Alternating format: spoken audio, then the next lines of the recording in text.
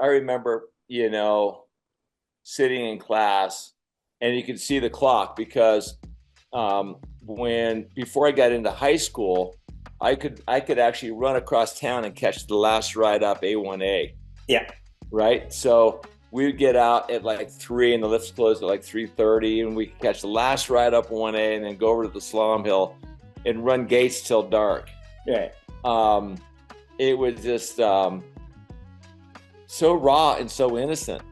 And as our lives were, because, I wanted to be a ski racer and I didn't know what ski racing was. I saw these people skiing around these things, these poles with the gates, and I didn't know the term.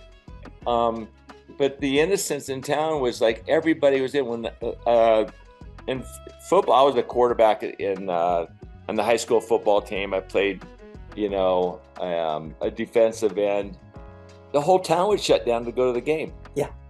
Yeah, I remember. It was a small little ski town. Yeah, and thank God our memory bank hasn't left me yet anyway.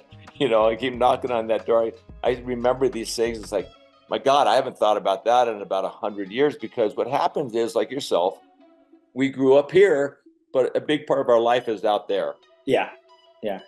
Do you still come to Aspen? I have. A lot of what my mom, we decided to do is, because who wants to travel to Colorado during Christmas, So what we did was we made the Telluride Film Festival our little hideaway, our little old getting back to our roots hideaway. And so we sort of go to Telluride for like 4 days and hang out up there. It's still industry and lots of people and stuff, but we get to watch movies, we talk about it, and you look out the window and it's as if you're in math class looking outside. You know what I mean? It's like you see the mountains. It kind of gives you, because Telluride is so box canyon, it can't really grow that much. Most of the homes are on the other side of the mountain, so you can't really see. And that's great. That's great. Thank God Aspen, we're surrounded by National Forest Service. Yeah. Unlike Vail, the whole Vail Valley is open to be bought and sold and expanded to the point that it is now. You got a trailer park that goes from Vail to almost Glenwood Springs. Yeah, I know. And I feel like, too, the other thing is it's sort of weird. Aspen, you come into town, and regardless of whether you keep on going on 82 or not, but it's like you come through and there's like a town that you come to. Whereas with Vail, it's a highway town. It's sprawled all the way along the highway, and you have to get off on this exit or go up to this exit. There are ways to kind of get through, but it's all right along the highway. You know what I mean? It's almost like Vail's. I hate to say this. I got a lot of great friends over in Vail. It's great. Vail's great. It's a ski area like Aspen. I love Vail. I love everybody there. But it's almost like Vail's almost like a gas stop that has a chairlift. Yeah, exactly. It's a Texaco. Sorry, guys, but that's the way it really is. Right? Yeah, it kind of is like that. It's a gas stop, a 7-Eleven that's got a bunch of lifts, and then you drive on down to Glenwood, they make a left, and you get into Aspen where you really want to end up. Oh, God, they're going to shoot me. It's true.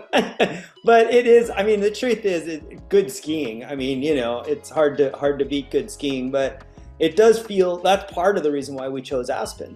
When my parents were deciding, they were like, my dad was thinking Steamboat because it's new at the time, it was developing, but it was between a new town or an old town. And my mom was like, no, we got to go with the old town. We got to go with something that's been around for a while and has a lumber yard and has a city hall and has a real thing already set up, And so my dad was just looking for a job. Just happened to have one here in Aspen. We were just very lucky.